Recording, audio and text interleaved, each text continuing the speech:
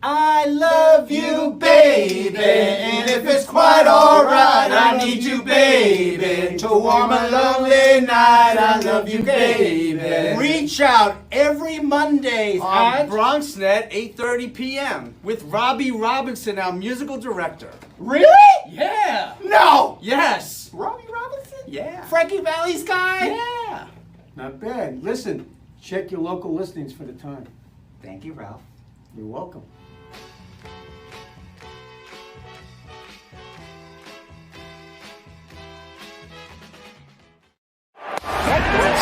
Dodgers have won it all in 2020. I ain't gonna say it twice. You don't wanna pay the price. Man, I put that on my life. Look at what I sacrificed. We on fire, think I might need put on ice. Ooh, nice. I think they finally gonna pay me right. Like, whoa, I am going long like I am quarterback, yeah. And y'all are falling short, you gonna hit the ground here. And now I'm getting gone, y'all can watch me disappear. I just gotta make this clear, make sure that y'all aware.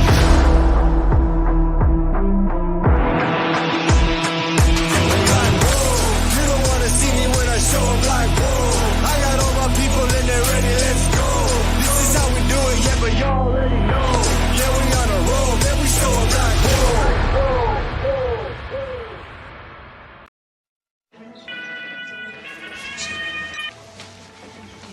Hello, John. Hey, quick question. Are you a Phillies fan now? Since you guys couldn't get Cliff Lee and he went to Philadelphia for less money. First of all, Yankee fans don't consider Philadelphia to be a legitimate sports town, John. You know that. I'm worried for you.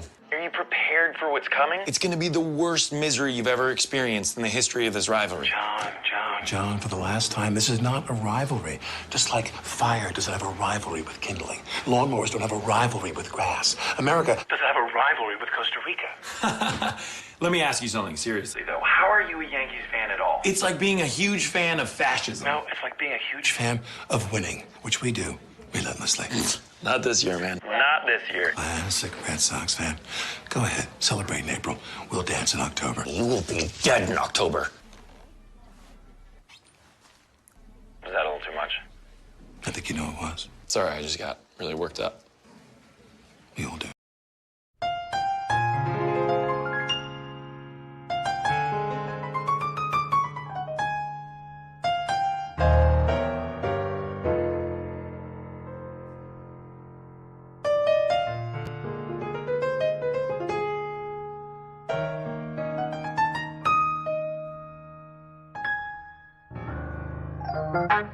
Reach out, oh, with Ray and Steve. Reach out, with Ray and Steve.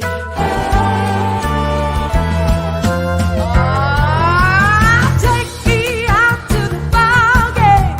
Take me out to the car.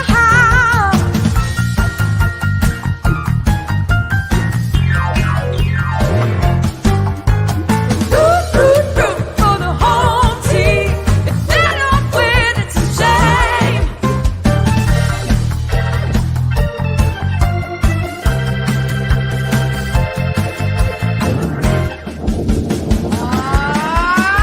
Play ball. Hi, everybody, and a very pleasant good evening to you wherever you may be, and welcome to Reach Out with Ray and Steve. Now, this is the show where East meets West, where the Yankees meet the Dodgers, and baseball meets music, and we all come together for community. Right now, it's time for Ray and Steve. Come on in, gentlemen. Hey, Robbie. Hey, Roberto. How What's you doing? happening, Robert? hey, we had a couple games yesterday, didn't we? Yeah, it's looking good. We had a busy weekend, the Dodgers and the Yankees, and we still got that chance, Robbie. The Dodgers can still play the Yanks. We're right there. 1 second. Now think about this. This was what drives me crazy. You're right. The Dodgers and the Yankees can still get to the World Series, but the Dodgers won 106 games this year. 106 games this year, and they came in second place. How crazy is that? Well, you know what? And we're disappointed. We're disappointed that we only won 106. I have some tissues for you, Robbie. We're not feeling too bad for you. Nice. So one bad bounce, Robbie, Wednesday night. It could go either way, right? It sure could. Hey, what do you think about this? Dodgers have a 37-year-old pitcher going for them, and the Cardinals have a 40-year-old pitcher. Who said it's a young man's game? I know. And Ray, we had a challenging weekend, but we got that one run in the bottom of the ninth, so we in it against the Red Sox. Well, all I know is on the line with us right now is a legendary Yankee. On the line with us right now is a legendary Yankee and a guy who knows about these wars at Fenway Park, and his name is Mickey Rivers. Oh, yeah, and baby. Mickey Rivers, are you there? Yes, sir. I'm here. How's everybody doing tonight? Oh, yeah. I just can't wait till tomorrow night. Well, all I know, Mickey, is big game for the Yankees tomorrow. I mean, how does the team prepare for such a game? Well, definitely. You know, they look real good last game. I watched the game last night, and they played real great. They got continued that success by preparing themselves to be able to go back to Boston and do what they did on the last stretch of their winnings. They went to Boston last time in Boston. They swept them, but they played great. Well, playing good. Mickey, I got to ask you. I mean, history sort of repeats, and I'm asking you. In 1978, we had that giant playoff game. It was one game elimination. I mean, how did you deal with it? Were you nervous the night before? I mean, how is tonight for those players, for Gio Urshela, for Gleyber, for those guys? How were you that night before, Mickey? As for me, you know, that night, you know, I had prepared myself because, you know, I'm always going to Boston, and I look to have a great series going into Boston. So, you know, that was nothing for me because I was ready. I was ready for that. I know when tomorrow shines, the day shines, I'll be ready to go and make good that night. Now, let me ask you, Ron Guidry the night before, how nervous would he have been? Well, you know, Gator always stay nervous, but he goes out and continues to do his successful pitching as he always did. And now let me ask you, Thurman Munson, our leader, our captain, how would he have been that night before, Mickey? You was with him. I tell you what, he was a great person. Not only that, teammate and players. Everybody just picked for him, as we say, he was the captain, but other sides that, but knowing him in and out, because, you know, our relationship wasn't good. Our relationship got better as the time progressed in the season. You know, we got better, and the relationship got better. So, therefore, he continues to help me, and you know, well, no, not to tell you, you know, he always wanted to see me do good anyway. He didn't care what I did, he always pulled for me. Now, Mickey, tomorrow, how does Gio Urshela, who just got banged up really bad yesterday, diving into that dugout, per se, he wants to play even though he may be hurt, etc. What do you say to a player like that? Well, for Gio, he was a great player. So he learned and he's looked at everything surrounding him, and he know what his job got to be done. He know he wasn't playing from the start, but now he got that opportunity chance to make that start lineup, and he know what he got to do. For me knowing him as him, I know he's ready to go. He can't wait till tomorrow. A lot of these guys can't wait till tomorrow. Now, let me ask you, you get into that clubhouse tomorrow and you get the reporters like the Kevin Kernans and guys like that, the veteran guys who they just want to hear their answer. They don't care. They want to get whatever they can out of Mickey Rivers, especially Kernan. How did you handle that, knowing that you got to play such an important game? What would you say to Kevin Kernan? Well, you know, since we loved Billy, and Billy was one of my idols, and hard as he was on everybody, you know that I could handle the clubhouse. Now I can handle Kevin. Kevin know that when I say something, I'm going to mean it. he know when I say I'm gonna go out there and give 100%, and I make sure we be in the lead, no matter what, or whoever we put in. He know the job gonna be done that way. Now, would you get pissed off with a Kevin Kernan if he got a little bit too deep? Well, he always gonna get a little deep, but I know how to handle that situation. You know, I get what he wants, and that's why he was successful, and I was successful with him. After we collaborated and doing every little thing, he knows I'm gonna say what I got to say, and it didn't hurt me in no kind of situation because I'm gonna tell him facts, and he gonna know. Now, would you tell him where to go if he got too deep, Mickey? Well, Ray, this is some setup you got here going on. Yeah, you're like. Well, you know, and me, the humble guy, you know, I give him a break. I always give him a strike. Wow. So I give him a strike. I can't wait to get him on the phone in a little bit. He's coming on in a few minutes. I want to see what his take on this is going to be. Hey, Hardy, and Mickey Rivers' nickname, I mean, on the Yankees, everybody would have a nickname, and Paul Blair gave Mickey the nickname Hardy. Why did they call you Hardy, Mick? Because he know I definitely learned a lot from him, learned a lot from Roy, and these guys. You know, I wasn't Fred. See, this is what I want the guys not to be. I want these kids to go out there and be Fred or not doing nothing. I want them to Fred just take that opportunity chance and go out there and play the game like they normally play the game. That's the key thing. They try to take something else on the side and try to compensate this and this and that, and don't have to do that. Do the same thing got you there. That's old Brett Gardner. I tell you, you know what got you there? Speed. You can't do that, but you try to compensate that every now and then. I hate to get off this, but every now and then you got to drop the butt no matter what. I know your legs hurt, you can't run, but you still got to do the same thing that got you there, what you started. Don't stop because somebody else say something. And that's my key thing for my philosophy. Go out there and do what you've been doing.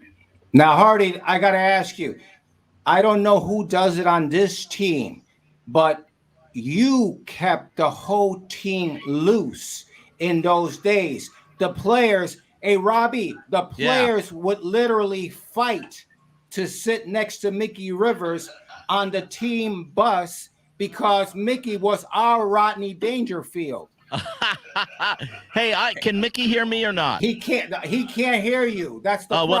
Well, tell him I'm really mad. I'm still mad at him 40 years later for beating up on us in 1977-78. Close during the time, they'll be feeling the same way too. You know, I think these guys feel the same way.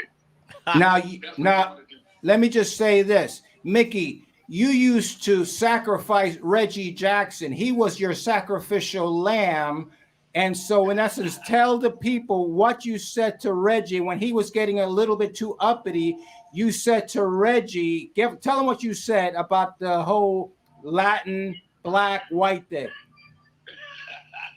Well, you know, we always think, well, my key thing with Reggie, I know he was too strong on the players, and I know what it was take for a lot of guys in that caliber. I learned this, and I didn't want him.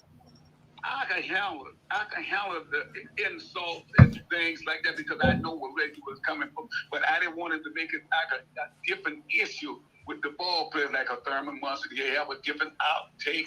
Nels have a different take with that. And I can handle that. So I'll have to get on him because I wanted to keep my nucleus of the team together because I want to win.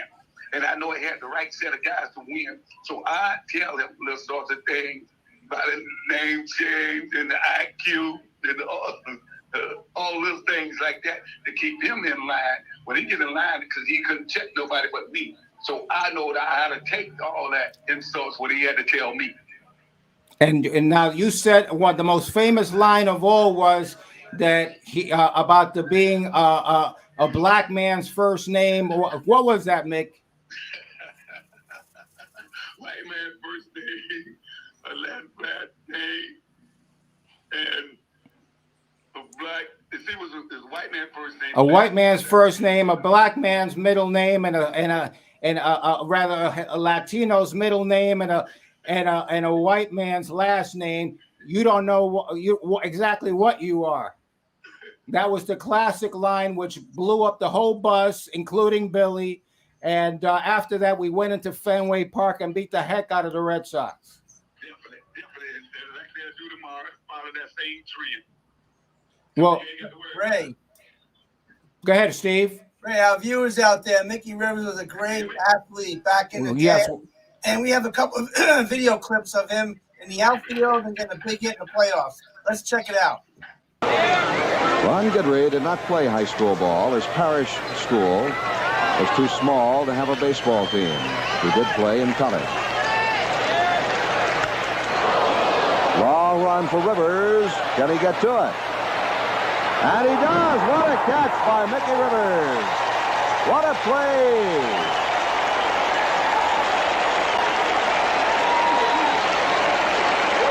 Here's Rivers again. He's got a beat on the ball. He's working on a bad left leg, a pulled hamstring, and Rivers, with his back to home plate, has to veer back. Right back up the middle, base hit. And Dent heading home as the throw comes in. The Yankees lead 3-0. Billy Martin wants this ball game, Frank. Ray, Mickey Rivers was money. He was clutch in the field, in the clubhouse, and at the plate. Well, and Mickey, Steve Vaccaro says that you were clutch in every facet of the game. And Robbie Robinson, who we talk about Robbie all the time when you're doing the bat boy play, and he knows about the legendary Robbie Robinson and being Frankie Valli's musical director. And what was your question for him, Robbie? Well, it's not a question. I just wanted to share with him that he is a great athlete and he is a winner, but I'm still mad at him for 1977 and 78. Wow. I don't know what to say about that Get one. over Mickey, it, Robbie. Mickey, Get over he says that he insulted you by saying that he is very upset with you over what you did to the Yankees in 77 and 78. To the Dodgers. To the Dodgers. Okay. Me too. I'm the same. I'm assaulted, but we had to play. We had to win. At that time, we had to win. Anything else, I'd get him the brick. He said you heard what he said, right, Robbie? Yeah. Yeah, he heard you, Mick. Robbie, let it go. Let it go. I saw who I like, who I wanted to have a chance to play with. It was like a Fred Lynn guy. I saw him in school when I was in California, and he was a great player, and you can't take nothing away from that. And I know of him, that guy only, because I was out there in California when I watched him going to a lot of games. They had a lot of things out there. When I was out there with the Angels, I got an opportunity to meet him, talk to him, and he's a very stand-up guy. He's one of my favorites. You heard that talking about Frankie Valli. Yep. No, Mickey's a class act. I ran into Mickey at Yankee Stadium. He is a class act. And Robbie, you met at Yankees. And Robbie, you met at Yankee Stadium. Mickey, I think it was 2 years ago, actually, before the pandemic. Well, listen, Mickey, thank you so much for coming on. I mean, listen, Steve loves you. Robbie will learn to love you, even though you gave him a beating in 77 and 78. Okay, and we'll see what happens. I would have given him that break, but I had to do that. Oh, well, and the other guy, listen, who's watching this whole thing in disgust is Kevin Kernan. Okay, we'll have to throw him out of the clubhouse again real soon, Mickey. Yeah, we got to throw Kevin out of there. Okay, well, Mickey, thank you so much, brother.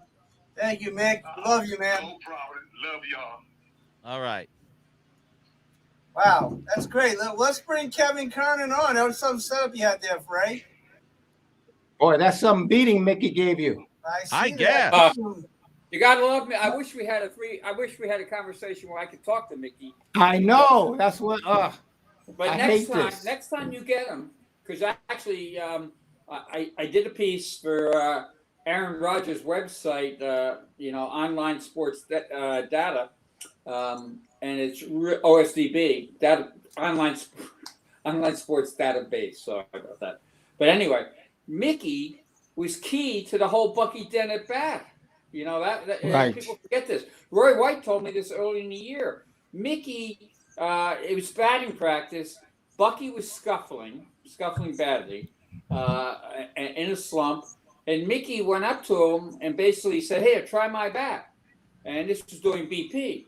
And this happened to be Roy White's bat that Roy got a batch of bats he didn't really love, and he gave him to Mickey.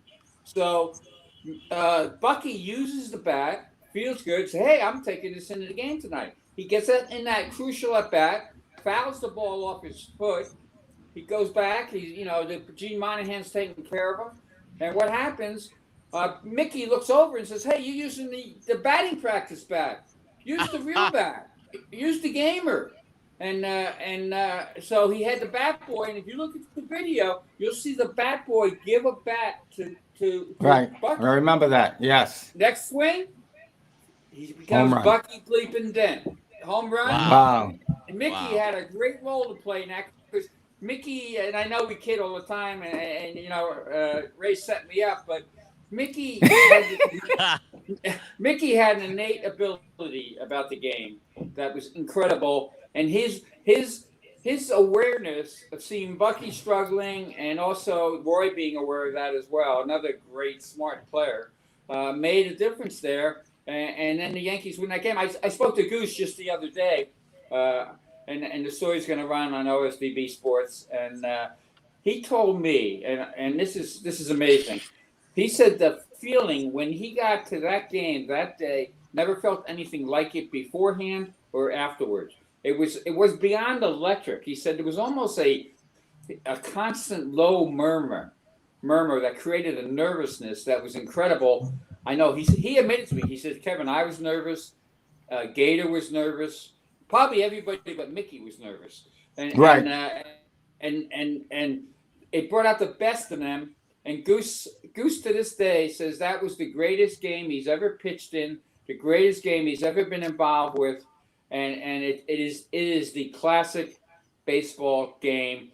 And now maybe we'll get a replay of this. I don't know if these two teams can do it again. Obviously, that's a lot to ask, but either way, it's going to be a fun night, Tuesday night, and looking forward to it. And Goose, he doesn't hold back. A lot of quotes don't make him rated, but he said we hated those guys. We hated them. They hated us. We didn't want to give an inch, but I'll tell you what, we respected them, and they respected us. And how about the play? Because Goose brought this up as well when I was talking to him.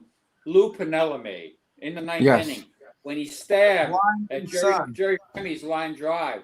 One of the greatest plays in baseball history. He gets no attention. And Goose said, "For not right, Steve. You remember that play? Yeah. If that gets by, we lose. It's over. It's over. If that gets by, it's over." And also in the sixth inning, here's another great play. People forget. Lou went deep into and this was in the blinding sun of right field. And again, I covered a lot of Yankee games there. 2004, sitting out in the auxiliary press box in right field. That sun is tough. But in the sixth inning, 2 outs, Rice hits a ball into the corner, same kind of situation.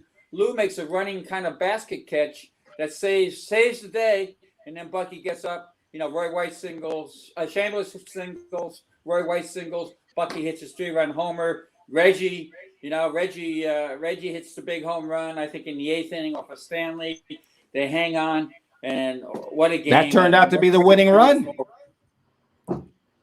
And Kevin, before we continue about tomorrow's big game, first I have to say, I've known Kevin since he started at covering the Yankees all the way through the end, a class act, and probably, I'm going to say arguably, the best pound-for-pound writer that we had in all of New York sports. And I mean that with all my heart. You wrote some incredible stuff and some stuff that should have won the big awards. You know what I'm saying? Probably because you was at the Post. You didn't win those awards, but you should have. Had you been anywhere else, forget about it. And for that very reason, I am so proud to say that Kevin Kernan is in the New York State Baseball Hall of Fame. Awesome. And I'm looking at the shirt behind you, and I'm also looking at the big award that's to your left. And so that's beautiful. That is beautiful, it was a great Kevin. event last month, and Ray was up there, of course, with Cesar Pressbach, the great Yankee scout. Unbelievable. And Ray, you got to admit, though, I gave a good speech, right? My speech would I get anything other than, instead of putting it on paper, it just came out of your mouth and it was beautiful.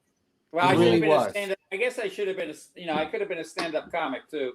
And he had the people roaring over there. They said, I thought Rodney Dangerfield was gone. And Tino Martinez was right there. Tino And was unbelievable. Pagliarulo, and again, speaking of Lou Piniella, they both spoke so highly of Lou. And we're thinking about Lou down in Tampa right now. But it was a phenomenal event put on by Rennie LaRue, and loved being there. And it was a long time coming because we had to slow down with the the delay and everything in the world. But we finally got it done. And again, one of the things, Ray, I think you make a good point, and I'm not going to be modest here. I'm going to be truthful. I get along with the players because I understand the game. I knew the game. I played through college. Right. And I wasn't afraid to to ask the players a tough question because and Jeter, many times, and A-Rod. One small story. I'm at the David Ortiz golf tournament in the Dominican, a beautiful tournament. David raises money for his charity, helps out kids left and right. And this was early on before Manny Machado and Yonder Alonso were even in the majors. So I see A-Rod. He's sitting at a big table dinner. He's got about 20 people at the table. I go over to say hi. He stops the dinner and says, and he has Yonder and Manny stand up. And he goes, Manny, Yonder, I want you to meet Kevin Kernan. If he ever asks you a question, you tell him the truth because you can trust this guy. This guy writes the truth. And for A-Rod to say that, and I had my problems with A-Rod. There were some issues there, but then A-Rod did a great job changing everything around for the better. Good luck to him now. I know he takes a lot of grief on Sunday Night Baseball, but I think the things he says are he cuts to the heart of it. He does his homework. A lot of things about the Yankees that were right, and they kind of followed some of his advice, even though they maybe didn't want to, and all of a sudden they played better.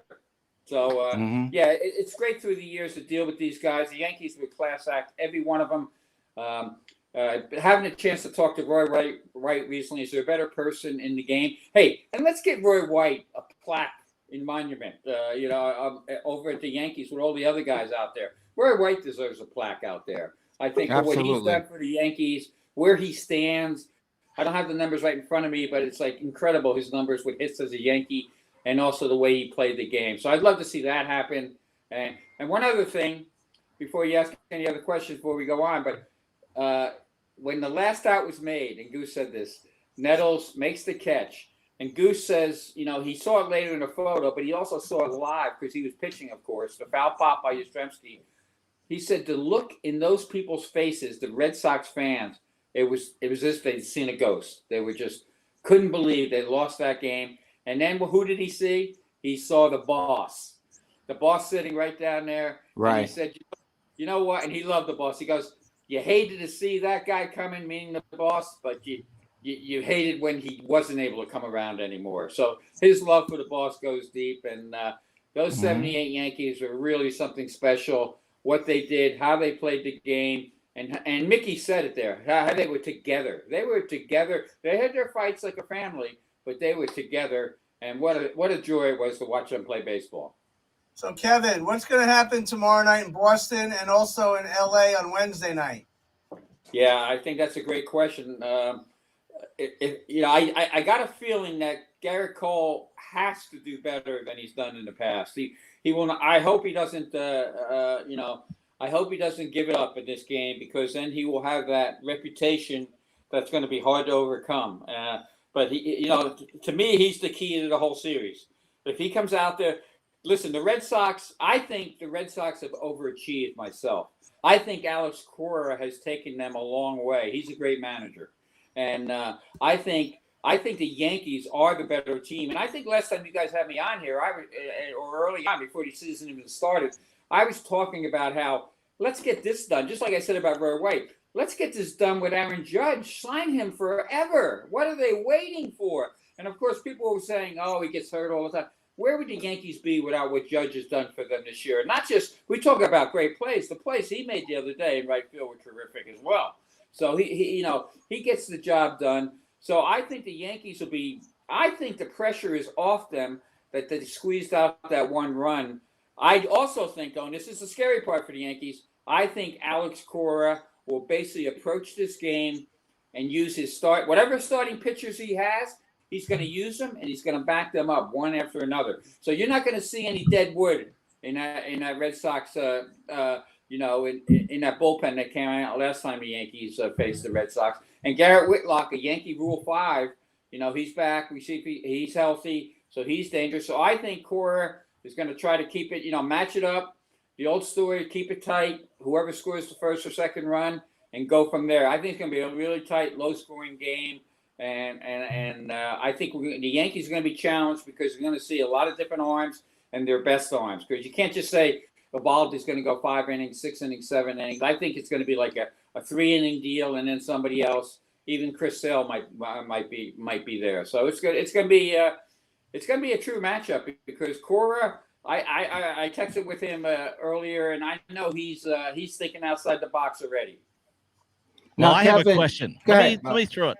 I hate to tell you guys, but there's baseball outside of New York City. Are you serious? No, we're gonna talk about the Dodgers scenario coming up right now. But I Okay, just gotta Kevin, ask. let me ask you, Kevin. We have Scherzer versus Wainwright. What do you think of that matchup? How's that game going to go Wednesday? That's a great matchup. This is old school. With all the it's talk way old of, schoa. Yeah. Yeah, with all the talk of analytics and everything else, what wins these games? It's the old school approach. It's getting the big hit. The other day, the Rays, and I give the Rays a lot of credit. They battled the Yankees in a series they really didn't have. They already had it pretty much locked. They had everything locked up. They were 0 for 11 with runners in scoring position the other day. I don't expect to see that again from the Rays down the road. The Dodgers, and it's one game. And let me say this about the Cardinals. I heard it from good, people in the know, some scouts I know, and some people that this Cardinals were struggling. Their leaders, Molina, Wainwright, basically went to management and told management, we're having too many meetings. We're having too much, too many numbers thrown at us. Let's get back to baseball. And this was right before they went on that run. And they got back to baseball. 17 in a row, yeah. Yes. And so the worst, and I know the Dodgers won't do it because you don't look past anybody this time of year, but they cannot afford to look past the Cardinals. The way they're playing, the way Arenado is pumped up to do something great. Wainwright's curveball that'd be a little kryptonite for the Dodgers. Dodgers have some injuries, but to me, the Dodgers are so good. Getting Scherzer, and to me, Trey Turner. Unbelievable. Do you realize that? I don't know if the fans know this, and I don't know if even Mr. Negron knows this. Trey Turner led the National League in batting average. He led the National League in stolen bases, and he's got 26 or 27 home runs. Not a bad year. And he's the perfect playoff player, guys. He's a postseason player because you know what I've noticed when I watch a lot of games. I watch all the games and stuff. I noticed right away when Trey Turner got on the Dodgers, and he would either get on base, steal second, or get over to second base. Once he's on second base, Justin Turner, another great leader, much like we talked about some of the Yankee leaders. The Dodgers didn't try to do too much as hitters. They just put the ball in play because they knew they could get an easy run by moving him along. And so he gives you that same thing that Mookie gave them last year and will give them again. He gives you that base running acumen that has been lost in the game. So to me, I think Betts and Trey Turner will be the difference makers in this game from an offensive standpoint. And I think Scherzer will find a way, because he's Scherzer. I think, again, it'll be a tight game. Nobody beats Scherzer. No, but and here's the other connection that's kind of interesting. I know Stan Kasten from way back, a Jersey guy, president of the Dodgers. He's done a great job. He built the Braves. He helped build the Nationals, and he's done a great job over there with the Dodgers. And baseball's a game of connections. It's interesting they made that trade with his old team when the Padres thought they were going to get Scherzer and Trey Turner. But again, Stan Kasten, you don't hear about this. This is all the backroom stuff you don't hear about. But Stan Kasten, I'm sure, made it clear for the Dodgers to make sure that trade went down to get, give the Nationals what they want because these two pieces are so important. We have to have them, and they took them home, and now we'll see if they take them home in the playoffs. Yeah. Well, Kevin, thank you so very much for joining us here today. Wait a minute, Steve. You got the most important game of the year. You're throwing them off already just like that. First off, Kevin, I got to ask you as a fan, as a baseball fan, when Gio Urshela went into the dugout yesterday, I mean, was that reminiscent of Derek Jeter back? Tell me what you thought. I was sitting there watching the game. My wife, first thing I said, that's Jeter. But he hit a wall. He hit a wall instead of hitting a fan. You know that play, and this is what the Yankees needed, because they're too much. In some ways, the Yankees have been overanalyzed, overanalytical. You see it with Cole, the sequencing, the pitching. It drives me insane. Just get back to playing baseball. Urshela put his body on the line, somehow got up from that. That's the play. If the Yankees go on and win, that's what I said.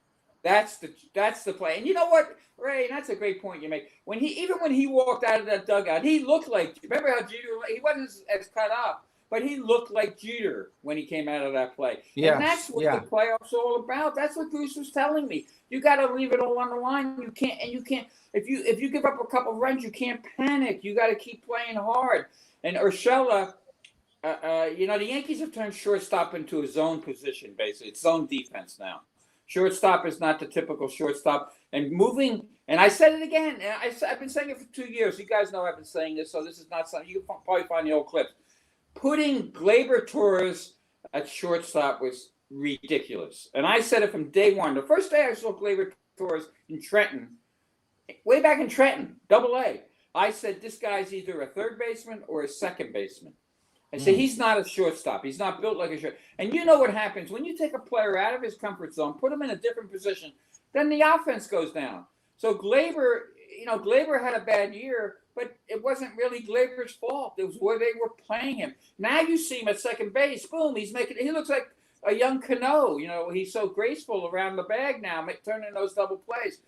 Why reinvent the wheel? Just let these guys do what they can do.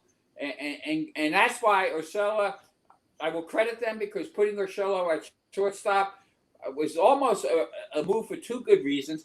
It seemed to me at third base, Urshela, maybe the ball was getting on him a little quicker, but at shortstop, he can read things. And you also, you know how I always rip analytics.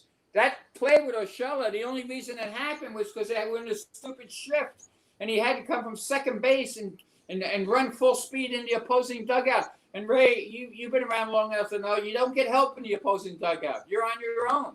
You are on your own. Right. And Urshela knew it. He played it out in his mind though, and picked out the opening and kind of took his chance. But if you're playing a normal or semi-normal defense, that's an easy pop up to catch. But he had to make the most. I would say that's the best play of the year. I really will. Okay, I'm gonna let you go, but before we let you go, I'm gonna make one quick statement and you respond to it. When Urshela was walking off and the players were so concerned, I had tears come down my face because I thought about Thurman, I thought about Nettles, I thought about Mercer, and I thought about that they play no matter what. Now respond to that. That's a great point. You could just see Munson, the hat on, dragging with the bad knees, getting it done. Same thing with all those players that you just mentioned. That's the Yankee way. That's how you play. Jeter carried that on. And Urshela, that was like a wake-up call to the Yankees. Like, we are the Yankees, and this isn't going to be given to us. We need to attack this. No matter what they were doing analytic-wise, if they're putting us out of position, we still got to make the play. We got to give up our bodies. We got to make sure we get the runner over. And you knew when they didn't walk Judge in that last inning, you knew they were going to get that run in. But I think that's a great point. That was old school. Old school wins everything. And, that's what we talk about all the time. I'll probably watch the game, too. My son has the greatest pour-your-own-beer place in St. Augustine, Florida. Augie's Draft, that's what I'm wearing here. So I'll be watching. No commercials. 20 off with nothing but commercials, Ray. That's your life. Thank you, Kevin. We're going to enjoy that game, and we'll see what happens. Bravo. Man, thank you so very much for everything you've done. Thank you, sir. Let's watch these games tomorrow and Wednesday night. Let's see if the Yankees and Dodgers have a chance to meet in that World Series. Hey, wouldn't that be cool? You guys are the greatest. And Frankie Valley, I'm a Jersey guy, so I can relate to him as well. Take care, fellas. I can tell that. See, all right. Okay. So, guys, I'm in Minnesota. Okay, I'm doing some work with the Mayo Clinic. Obviously, I'm a big Vikings fan, but not the biggest Vikings fan, because the biggest Vikings fan is sitting right next to me. She is 101 years young, and her birthday is January 15th, 1920, and she was voted the top 60 Minnesota Viking fans. Give it up for Isabel Montgomery. Isabel, you're beautiful. My 100 years old. 101 years old. She turned 100. Ray, what do you think of this? She's a fine lady, and if she's not married, I'm gonna find my way to Minnesota somehow. Oh, okay. Well, you haven't flown in years, so you don't have to worry, Isabel. For Isabella, I will fly. That's right. But Robbie, we were in Minnesota. You played with Frankie Valley. You invited me. We went out to breakfast. We went cruising a little bit. It was such a great show. Another turnout, and we had some great people in the audience. Somebody from Fleetwood Mac. Hey, we had a lot of fun. Though, go back to that picture, the first picture, because that was so fun. Ray, Steve, and I were cruising around Minneapolis in that convertible, that Mustang convertible. How cool was that? Me with my Dodger hat, of course. The Dodger hat.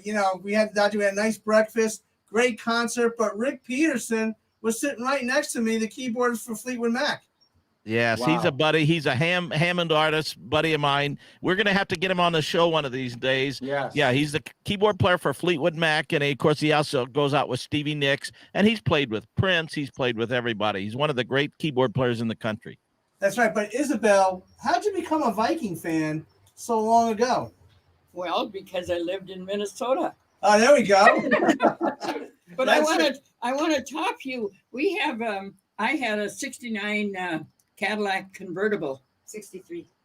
Oh, yeah. 59, Mom. 1959. Yeah, and I got my dining room is full of trophies. There I am. There we go. Yeah. Wow. And I have trophies in the dining room, loaded in the dining room with that is awesome. All the car shows. So I know you aren't football guys, but guys, she got a football from the Minnesota Vikings. Show that football on the screen there. They put a name on it. Unbelievable. That is so cool. So and I got a nice shirt too. There you go. Yeah. My Number one fan. She's definitely a fan. So I came all the way from New York to find her. But yes. she is great. But we're going to win a Super Bowl one year, right, Isabel? Well, I hope so. We're not doing very well. I know. We're always not doing very well. Why is it? Why Look at you at the game there, yeah. Why does Vikings keep losing? Zimmer still has hope. He said he's got a nice team, a good team. That's right. Well, he's the only one saying that. But he said that the day after the last game. That's right. Player. That's right. But your husband served in the military, right? Yes. And you were married for how long? In 70 or so years. I don't know. 70 years. Wow. Steve, we got a nice text from Ahmad Rashad saying hello to the young lady. Oh, okay, Ahmad. He was my favorite. I loved him. There we go. I did pick Tarkington, though. Yeah, she got to go with Fran Tarkington. But Isabel, you have a great family. You have 8 children, right? You live right off the lake here. We're sitting in your porch here. It's a beautiful environment here. And those are all my plants that have to go in the living room. There we go. And tomorrow, as soon as it gets cold here. That's right. But Isabel, I want to thank you so very much for joining us here on Reach Out with Ray and Steve. That's so cool. Isn't it cool, Robbie? Awesome, amazing. You look fantastic, young lady. Thank you. That's right. So Isabel, give her a round of applause here. Put that little There we go. 101 years old. God bless you, Isabel. Thank you. So, Robbie, everything comes full circle. We lost a great musical talent and musician. He was a friend of yours. Talk about that a little bit. We lost 1 week ago today. We lost one of the greatest Hammond organ players in the history of music. His name was Dr. Lonnie Smith. He was a friend of mine. He was a hero of mine. He was an inspiration of mine. He was a mentor of mine. And the whole Hammond world and the whole music world is very sad because of it. But we are thankful that we have the legacy of his amazing music. He was just chosen this year, as he has been in the past many times, #1 jazz Hammond organist in the world by Downbeat Magazine. This guy had an amazing career.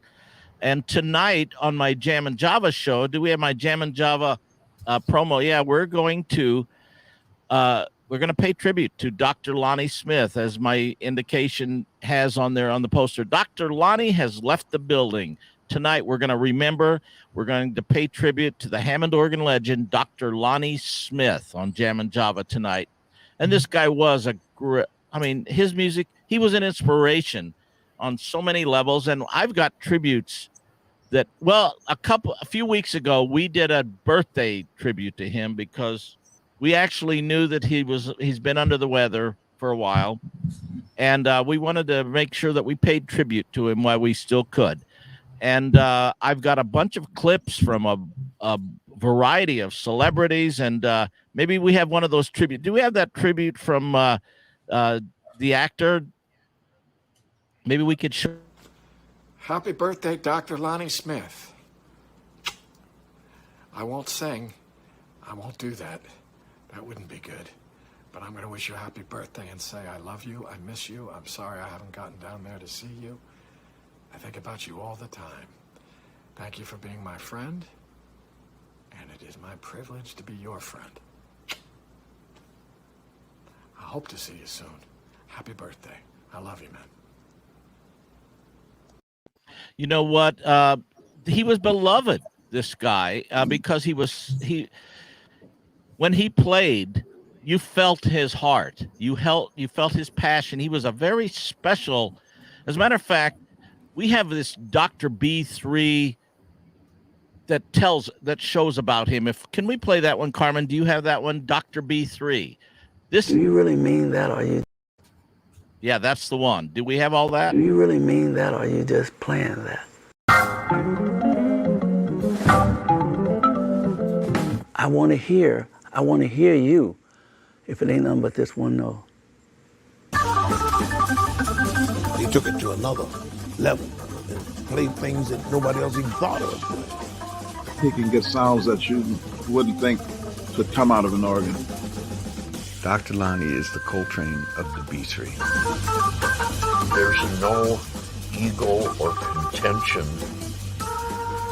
in him until he sits down with you.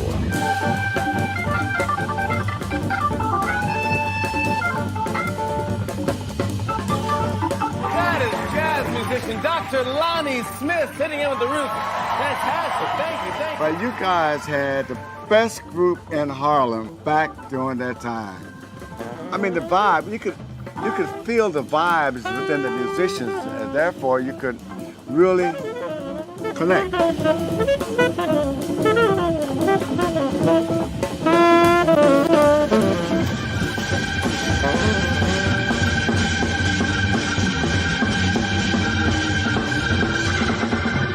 He taught me about all the other stuff that they don't teach you in music school.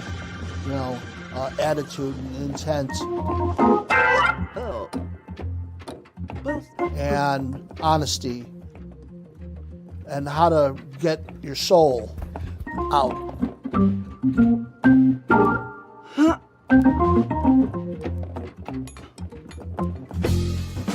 He's like a kid, you know, he's very in touch with his inner child.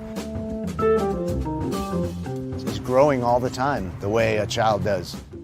Those who aren't busy being born are busy dying, like they say. And Lonnie, he's being born all the time.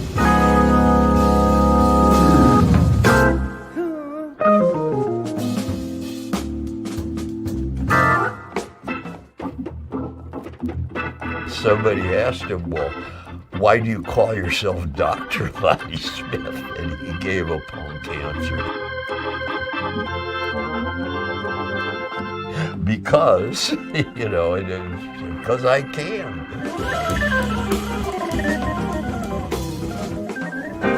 I've seen so much. I've seen so much in my lifetime. You got to really mean it. If you don't mean it, it feels good. It feels good to me when I even say it, you know? You got to really mean it. You really got to mean it when you play. You can't just be jiving, and that goes with almost anything you do in life. And I know that's what Derek Jeter felt. He didn't just dog it, did he? No. Robbie, during this pandemic, we've had a lot of great people on the show, and we've lost some great people too. Yes. When you found out the news that he passed away, how did it affect you? But also share with our viewers out there, our young viewers, what he meant to the world and as a musician, but also as a person. Oh, his heart was so big, and he never looked condescendingly on anybody, no matter what, of a musician or a person or anybody. I learned so much from this guy on so many levels. He and I would talk on we talked a few times every week. He lived down in Florida. Whenever I would be down there, I would go out and hang out with him. And when he was out here for the NAMM shows every year for the Hammond stuff, we would hang out. Do we have, do we have that Paul Schaefer clip? Here's what Paul Schaefer had to say about him. Paul Schaefer, yes. David Lemon's guy. Yeah. Do we have that, Carmine? Is that a yes or no? No, he doesn't have it. Oh, either of them. How about okay. Yeah, we have to share with our viewers out there. We had some technical problems. Facebook was down, Instagram was down all day today. So we had to backlog all our videos. But again, our viewers out there, we lost a legend. And your show tonight, Jam and Java, is going to be a great show because you're reliving his life, but you're sharing with your viewers what it's all about. Well, we do have one more clip. I just got to notice. Don Was. Now, a lot of people might not know that name, but this guy is one of the most famous record producers in the history of music. He's produced everybody, starting with the Rolling Stones. You probably heard of them, Ray, right? Just a little. And this guy is also the president of Blue Note Jazz, Blue Note Records, the great jazz label. And here's what he has to say about Dr. Lonnie Smith. Hey, Doc, it's your old pal, your record producer and your label president, Don Was, wishing you a very happy birthday, man. I'm really grateful to Robbie and to Jam and Java for putting this birthday salute together and giving us all an opportunity to tell you how much we love you and how profoundly we respect you as a human being and as a musician. You're an innovative and deep genius, man. There's nobody who approaches the instrument the way you do, the way you paint moving pictures with the drawbars, the way you carve such a deep groove, the way you voice your chord clusters so brilliantly, the way you build a solo till explosions are going off, and the generous way you accompany and build other musicians' solos. And while all that's going on, you're simultaneously one of the best bass players on earth using just your feet and a little bit of your left hand. You're also one of the funniest people I know, and beneath all the bluster, you're one of the sweetest and kindest and gentlest people I know. But don't worry, we'll keep that our secret. It's a joy to be your friend, and making records with you over the last decade has been one of the great honors of my life. I'm really proud of the albums you've made for Blue Note, and on behalf of all of us at the label, we're wishing you many happy returns of this birthday and looking forward to many, many more records to come. Take care, man. We're thinking of you today, and we'll see you soon. Lots of love. July 3rd. And so we had this big birthday celebration, and I had, there must be 25 people who send in tributes to that thing. And so George Benson, I mean, on and on and on. And so this guy was beloved, and he does what Reach Out with Ray and Steve does in many ways. He did what Reach Out, and that is he carried it forward. Everything he did, he would love to mentor young musicians. He would love to share his wisdom with young musicians. And anybody who touched him always remembered him and always learned something from that great man. He will be sadly missed, but we're better for having known him. Robbie, how old was he when he passed? Only 79. And he had pulmonary fibrosis, and his breathing has gotten worse over the last year or so. And so he's only 79, but he sure put a lot of music in those 79 years. He's a teenager next to Frankie Valli. Yeah, And next to Isabel. And Isabel is 101. Oh, he's a baby next to Isabel. But here's an interesting fact. There's so many interesting facts. He was. Oh, look at that! By the way, Iggy Pop was on his last record, which went to #1, by the way, in the jazz charts. And when he was from Buffalo, New York, and he used to go over to this music store and just hang out there in the music store. And this guy, Kubera's music, Art Kubera was the guy who owned the music store's name. He gave Dr. Lonnie Smith a Hammond organ, and he said, he says, and to this, until the end, Dr. Lonnie would refer to Art Kubera as his angel, because this guy gave him a Hammond organ, which is a very expensive, big instrument, of course. Yeah. You know. Well, Robbie, we're so looking forward to your show tonight to relive the legend of Dr. Lonnie Smith, and you do such a great job of bringing musicians together and sharing that knowledge with our viewers and with your viewers. God bless you, man. And then we have big games coming up this week, huh? Tuesday and Wednesday. That's right. The Yankees will win tomorrow night. The Dodgers will win Wednesday night. And then we live on for another round of playoffs. Now, hey, let me ask you: is tomorrow's game at 8 p.m. Eastern Standard Time or 7 p.m.? 7 p.m. 7:08 ESPN. Okay. Hey, you know what? I think I don't like Carmine. We got to get Carmine's act together. Put that graphic up again. Carmine, I do not like the color of that graphic, and I don't think Ray does either. No, it's terrible. Oh, it's terrible. Well, I did that. I had Cardinals on my nice mind. going. Sorry, Robbie. You're fired. Again, Ray. Every show you fire me. I have another question for you, Steve. Yeah. If you notice the graphics, we need to clean up our act a little bit here. Look at the graphics. The name under it says Steve Vaccaro for you, right? Right. Mm-hmm. And it says Robbie Robinson for me, right? Mm-hmm. Yeah. Then we look up here at Cher, and he just got the one name. It's Cher. It's, what is this? Yeah, he's like Madonna. Yeah, I guess so. Ray, do you have a last name? It's Hispanic Heritage Month, so I'm allowed. Oh, okay. Yeah, Every we'll fix show that needs up. a diva, right?